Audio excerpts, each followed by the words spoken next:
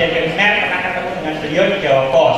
Beliau punya buku Beyond Parlemen, sekarang menjadi Menteri Aparatur Negara, dan beliau menetapkan moratorium PNS 5 tahun tidak akan ada pendaftaran. Wong buntu itu tadi PNS ya apa ini?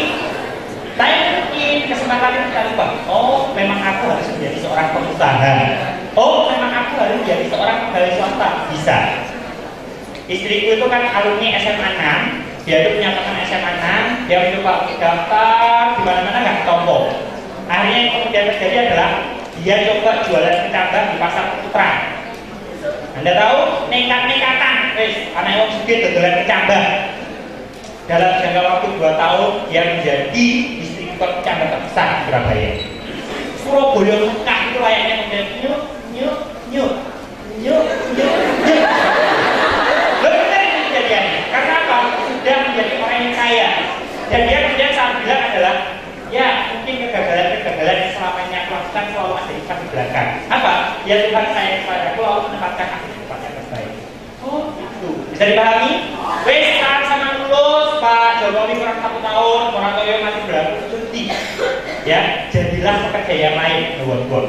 Kalau wanita paling tidak cari suami kaya, ya kan? Orang tuanya siap meninggal, masa kekayaannya banyak.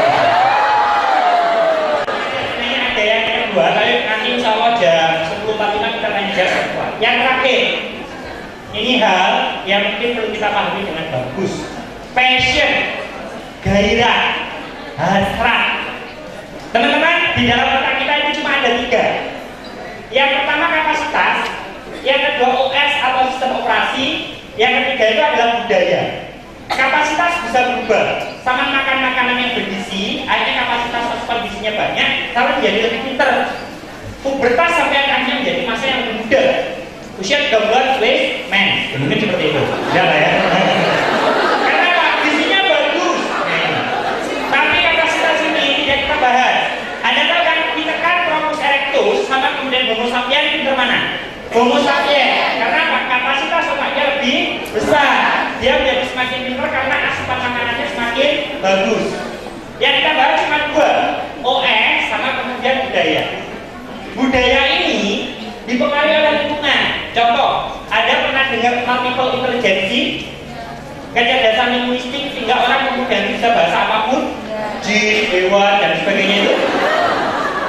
Ada yang kemudian kecerdasan natural, orang yang kemudian sangat dekat dengan alam, baik itu hewan atau tumbuhan. Kenapa kok dipengaruhi oleh lingkungan? Jika kita punya kecerdasan natural, bapak, ibu, teman SD, teman SMP, teman SMA, guru-guru yang berada di sekelilingnya tidak pernah mengajarkan apa itu hewan piaraan, bagaimana kan kemudian mengelola tumbuhan dan kita harus hidup dengan alam, kecerdasan natural tidak pernah tumbuh. Yang kedua Pak, yang kecerdasan matematika, walaupun itu berat. Bisa dipahami? Yang perlu kita bahas adalah OS, sistem operasi. Disinilah otaknya bakat, disinilah otaknya passion, disinilah otaknya hasrat. Ini tidak bisa berubah. Harusnya nek sama pengen sukses, temukan sistem operasi terlebih dahulu, baru bikin lingkungannya. Tapi sama kemudian yang menarik adalah mengikuti lingkungan, baru kemudian menyadari sistem operasi ke lingkungan. Betul?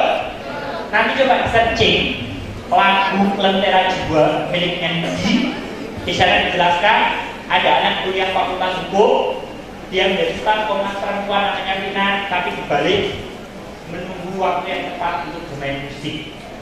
Ada anak yang kemudian namanya Bambang, dia kuliah di mana? Dia itu kuliahnya di matematika, tapi dia kemudian menunggu untuk menjadi fase fotografer. Ada anak yang kemudian namanya Rudi, dia kuliah di teknik nuklir, tapi dia itu pengen menjadi musisi. Nah itu. Pertanyaan saya adalah, saat sampai kuliah di ini, yakin nggak sama akan kerja di sana? Ya wes, kok saya emosi dong. 4 tahun teman-teman waktu yang akan ada tempuh, bahkan ada yang mungkin lebih cepat 3,5 tahun, bahkan ada yang lama Sweet 17 di kampus ini, ya kan? Emang kalau ternyata itu bukan pilihan Anda. Bisa dipahami ya? Passion. Coba temukan melalui sudut pandang. Contoh lagi kemarin saat saya mengisi Halimah dengan anak-anak SMA itu, anaknya orang-orang middle up, ya kan? Kamu kenapa pengen masuk ke dokteran? Ya aku pengen kaya loh, mas. Jawabannya yang ngono. Dia kan, spray udah. Ya kayak istri saya, kemana-mana pakai kaos kaki, bojoku tak bilang, jadinya 4 ya. Dan dia katanya, kenapa deh kamu ya lu pengen kuliah di FK? Loh ayah, ibuku dokter spesialis anestesi. Enak mas. Oh, oke. Kamu siap berapa? 17. Oke. Kamu masuk FK nanti siap berapa? 18 sampai 22. Itu SK top. Kamu perlu puas 2 tahun. Berarti siap berapa? 24. Kamu sudah menjadi dokter umum. Laku gak kamu di Surabaya? Enggak. Kamu harus spesialis elek 2 tahun, tapi kemudian 6 tahun kayak sarang atau kemudian kerja dan sebagainya. Usia kamu berapa? 30. Kamu harus terkenal tuh, dan kamu harus bangun jam terbang biar masyarakat tahu bahwa kamu itu dokter spesialisnya bagus. Mungkin 5 sampai 10 tahun. Usia kamu 40 tahun. Kamu kaya, tapi waktu udah mau habis di rumah sakit. Mau? Tidak. Cara pandang yang kemudian dibentuk, teman-teman. Cara pandang yang kemudian dibentuk. Artinya apa? Orang kemudian bisa melihat sisi yang lain. Bisa dipahami? Nek sama galau konsultasi yuk. Karena apa? Kadang-kadang kita subjektif dalam memilih keputusan. Tapi ada orang lain yang di luar kita bisa memandang lebih objektif.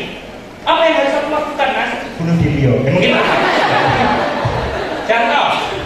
Nah ini, bagaimana cara memperbaiki sudut pandang? Anda harus melakukan 2 hal ini sebagai bentuk ya. Yang pertama, dengan harus membaca. Membaca itu banyak sekarang. Sekarang sama bisa membaca Google, tahu kan? Segala sesuatu bisa dijawab oleh Google kecuali misteri ilahi. Siapa Dr. Hafid Al-Christian, Google bisa menjawab. Siapa Adrianto, Google bisa menjawab. Tapi kapan Dr. Hafid Al-Christian meninggal, Google tidak bisa menjawab. Siapa yang menjadi istri kedua saya, Google tidak bisa menjawab.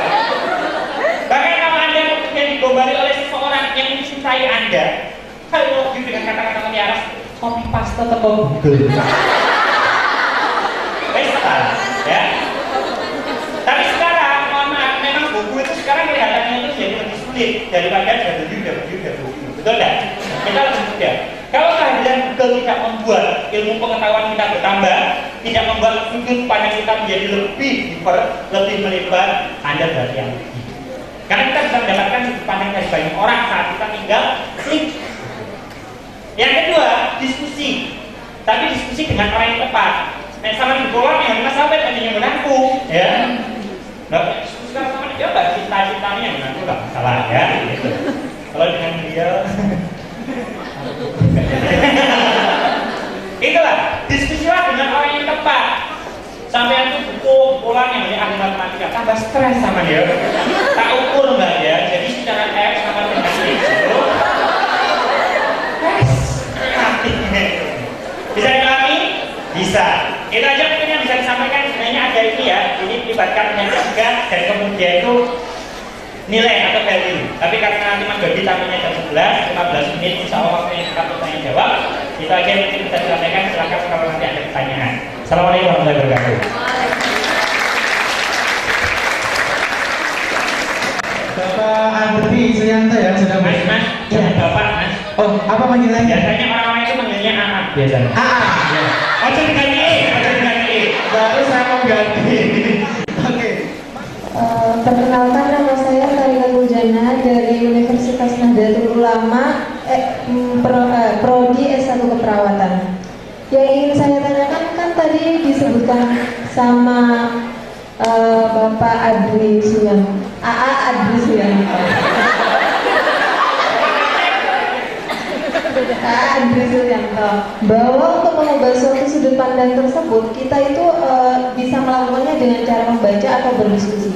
Sedangkan kan tidak semua orang itu memiliki hobi untuk membaca. Bagaimana jika seseorang tersebut tidak memiliki hobi untuk membaca, untuk caranya untuk mengubah sudut pandang tersebut? Terima kasih.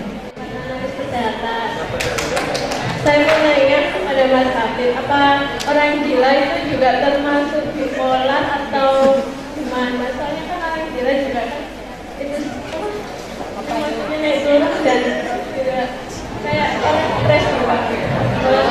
Oke. Apakah orang gila masuk ke dalam kategori bipolar ya? Dan jadi tadi buat informasi yang baik banget. Nah tadi pertanyaan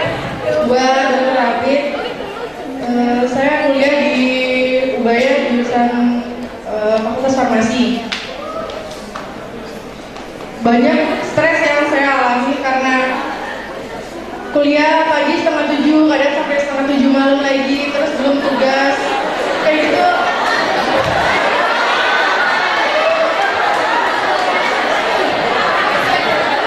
Gimana cara mengatasi stres yang berlebihan buat saya sendiri dan buat teman-teman saya? Oke, terima kasih buat Mbak Lollipop ya. Terima kasih atas pertanyaannya. Saya jawab dulu yang belakang ya. Yang tadi ditanya tentang apakah orang gila itu ya. Apakah orang gila itu termasuk gila atau tidak? Karena dia punya fluktuasi emosi atau gerakan emosi yang naik turun tidak bisa dikendalikan. Jadi kalau dalam diagnosis gangguan jiwa itu ada banyak. Salah satunya hukum bipolar. Gila ini yang dimaksud seperti apa? Karena pada kondisi bipolar, orang dengan bipolar yang dia terlalu panik atau dia terlalu depresi, itu biasanya kontak dengan realitas. Maksudnya begini, saya melihat Mas Adri kok seperti gak kocok gitu kan ya, gagah, perkasa gitu kan. Ternyata dia menolak, saya seperti Arjuna Mas, oh iya bawa panah gitu kan ya.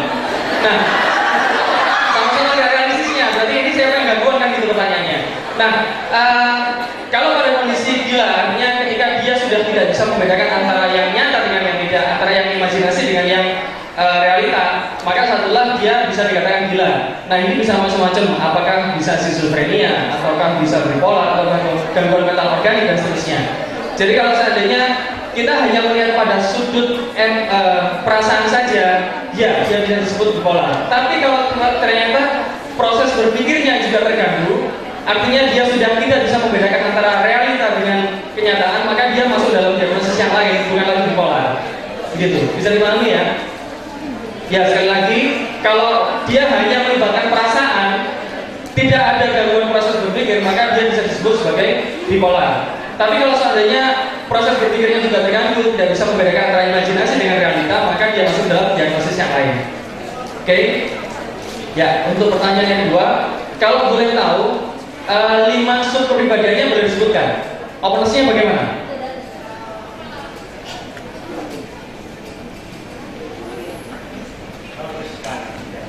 Oh belum. Buka wangsit dulu Mas ya. Tadi kan ada lembaran yang dicoba yang sebelah kanan itu bisa dilihat. Openness-nya berapa? Termasuk tinggi atau rendah? Enggak, rendah. Rendah. Kemudian conscience tinggi. Nah, orang openness rendah itu susah untuk menerima saran dari orang lain karena dia cenderung bukan kemudian orang ngomong apa dia menolak, bukan, tapi dia itu karena sudah tahu apa yang harus dia lakukan. Orang biasanya dengan openness yang rendah itu tradisi minded, di situ kan ada kan ya. Jadi dia cenderung mengikuti arus, cenderung mengikuti jadwal yang sudah ditetapkan sama kampusnya. Jadi kemudian yang kedua, conscience yang tinggi itu orangnya cenderungnya konsisten. Kalau terlalu konsistennya kemana-mana, jadinya itu terlalu kaku. Nah, dua hal ini yang perlu diubah. Naikkan openness-nya supaya kita bisa melihat variasi-variasi dari solusi yang bisa kita ambil. Misalnya kita punya masalah apa, kita punya berbagai macam solusi. Dari mana? Bisa dari orang lain, bisa dari kita baca gitu. Kemudian yang kedua, conscience yang tinggi itu artinya orang yang konsisten. Kalau kita terlalu konsisten, biasanya kita susah untuk bersikap fleksibel. Misalnya kita ada sesuatu yang penting gitu kan ya, kita harus hentikan dulu pekerjaannya sekarang, prioritaskan yang urgent terlebih dahulu. Orang dengan conscience yang tinggi itu biasanya susah untuk bersikap fleksibel. Nah, dua hal ini yang perlu diperbaiki. Oke? Ya, silakan Mas Satri. Mau ditambahin? Oke. Tepuk tangan buat Mas Afif ya. Coba yang tadi kemudian bertanya, Mas, kalau saya kemudian tidak suka membaca, untuk merubah sudut pandang tadi kan ada beberapa gambaran. Ya apa? Kalau memang kita kemudian tidak suka membaca, ya kita bisa menggunakan cara yang kedua, yaitu berdiskusi dengan orang yang tepat. Tapi Mas, membaca aja aneh, lalu berdiskusi ketemu dengan itu sulit. Bagaimana bisa melakukan hubungannya ya? Nah, caranya adalah berdiskusi dengan orang yang tepat. Sekarang itu tidak harus face to face, jadi kan tidak harus ketemu dengan saya. Ada WA, ada Twitter, ada email, ada sosial media yang lain juga dioptimalisasi. Orang-orang yang kemudian malu, yaitu orang-orang introvert, ketemu dengan orang lain itu malu, tapi dia kemudian punya banyak masalah. Biasanya mereka itu curhatnya itu dia online, dia surat, ya itu juga bisa dioptimalisasi untuk merubah sudut pandang. Dan kenangannya akan diberikan langsung oleh Ketua PLK Dr. Gigi Ermawati Manajemen Kesehatan, dan juga diberikan langsung oleh Dr. Nia selaku